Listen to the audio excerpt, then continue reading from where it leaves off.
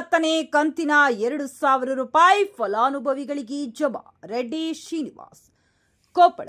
ರಾಜ್ಯ ಸರ್ಕಾರದ ಮಹತ್ವಾಕಾಂಕ್ಷಿ ಪಂಚ ಗ್ಯಾರಂಟಿ ಯೋಜನೆಗಳಲ್ಲಿ ಒಂದಾದ ಗೃಹಲಕ್ಷ್ಮಿ ಯೋಜನೆಯ 30ನೇ ಕಂತಿನ ಹಣ ವರ್ಗಾವಣೆ ಮಾಡಲಾಗಿದ್ದು, ಮೇ 20ರಿಂದ ಜಿಲ್ಲೆಯ ಫಲಾನುಭವಿಗಳ ಖಾತೆಗೆ ಡಿಬಿಟಿ ಮೂಲಕ ನೇರವಾಗಿ ಹಣ ಜಮಾ ಆಗಲಿದೆ ಎಂದು ಕೊಪ್ಪಳ ಜಿಲ್ಲಾ ಗ್ಯಾರಂಟಿ ಯೋಜನೆಗಳ ಅನುಷ್ಠಾನ ಪ್ರಾಧಿಕಾರದ ಅಧ್ಯಕ್ಷರಾದ ರೆಡ್ಡಿ ಶ್ರೀನಿವಾಸ್ ಅವರು ಹೇಳಿದರು. 2026ರ ಏಪ್ರಿಲ್ ಮಾಹೆಯಲ್ಲಿ ಕೊಪ್ಪಳ ಜಿಲ್ಲೆಯ 3,09,274 ಮಹಿಳಾ ಫಲಾನುಭವಿಗಳಿಗೆ ಸುಮಾರು 61,85,48,000 ಮೊತ್ತವನ್ನು ಬಿಡುಗಡೆ ಮಾಡಲಾಗಿದೆ. ರಾಜ್ಯ ಸರ್ಕಾರವು ಗೃಹಲಕ್ಷ್ಮಿ ಯೋಜನೆಯನ್ನ ಜಾರಿಗೆಗೊಳಿಸಿದ ನಂತರ ಇಲ್ಲಿಯವರೆಗೂ ಕೊಪ್ಪಳ ಜಿಲ್ಲೆಯ ಅರ್ಹ ಮಹಿಳಾ ಫಲಾನುಭವಿಗಳಿಗೆ ಒಟ್ಟು 30 ಕಂತುಗಳಲ್ಲಿ 1,860 ಕೋಟಿಗಳಷ್ಟು ನೇರವಾಗಿ ಆಯಾ ಫಲಾನುಭವಿಗಳ ಬ್ಯಾಂಕ್ ಖಾತೆಗೆ ಪಾವತಿಸಲಾಗಿದೆ.